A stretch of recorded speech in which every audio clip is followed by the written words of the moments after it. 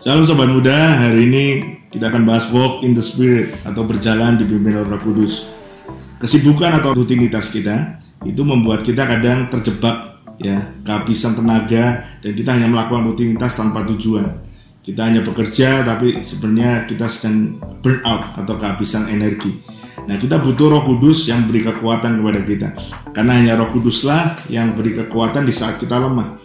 Bersyukur kita memiliki Roh Kudus di dalam kita sebagai penolong yang memberikan kekuatan, memberikan penghiburan di saat kita lemah.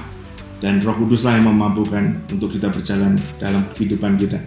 Nah, kita mau baca dari Galatia 5 ayat 16 dan 17. Maksudku ialah hiduplah oleh Roh, maka kamu tidak akan menuruti keinginan daging.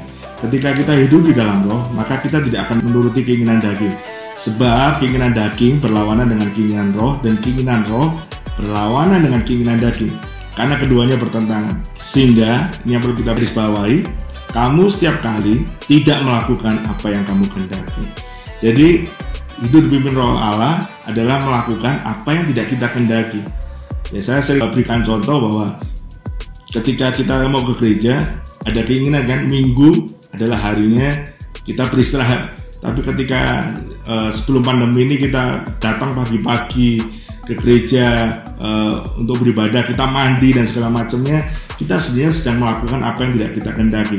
Atau kita datang ke persekutuan, atau kita datang ke Bible study, sebenarnya kita malas untuk belajar, tapi karena ada kerinduan di dalam hati, ada Roh Kudus yang mendorong kita untuk berjalan, maka kita melakukan apa yang tidak kita kehendaki. Atau hal yang simpel atau hal yang sederhana adalah ketika kita mengalami hal yang tidak mengenakan seperti fitnah atau apapun, daging ini bilang kamu harus balas. Tapi ada hati Roh Kudus bicara melalui hati nurani kita untuk bilang tidak, kamu harus ampuni. Nah, pilihannya adalah ketika kita melakukan kehendak Roh Kudus untuk mengampuni, maka kita sedang melakukan apa yang tidak kita kehendaki. Jadi, keinginan Roh Kudus itu memiliki ciri bahwa yang pertama membawa hidup. Pastikan bahwa keinginan Roh Kudus itu bukan membuat kita celaka, tapi membawa dalam kehidupan. Yang kedua, mendatangkan damai sejahtera.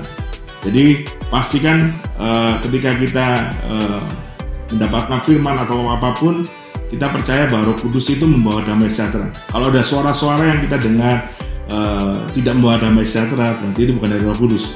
Yang ketiga, tidak bertentangan dengan kebenaran firman Tuhan. Yang poin yang ketiga ini yang paling penting. Jadi kalau ada orang yang bilang, saya mendengar suara Tuhan, tapi apa yang disampaikannya tidak sesuai dengan kebenaran firman, pasti itu bukan dari Tuhan. Jadi pastikan bahwa hidup kita dipimpin Roh Kudus. Cara yang paling gampang adalah baca firman Tuhan. Biarkan firman Tuhan itu berbicara dalam hidup kita. Biarkan firman Tuhan itu yang menuntun hidup kita. Roh Kudus akan mengingatkan ayat-ayat yang kita baca untuk kita berjalan dalam kebenaran. Jadi change your mind, ini waktunya kita ngebum. Pastikan bahwa kita dipimpin oleh Roh Kudus. Pastikan hidup kita berjalan bukan berdasarkan keinginan hati kita, tapi berdasarkan keinginan Roh Kudus, yaitu kebenaran firman Tuhan. Pastikan hidup kita dipenuhi oleh firman Tuhan. Pastikan saat teduh kita dilakukan setiap hari dengan rutin, dengan konsisten, supaya kita benar-benar menjadi generasi pemenang dipimpin oleh Roh Kudus. Tuhan Yesus memberkati.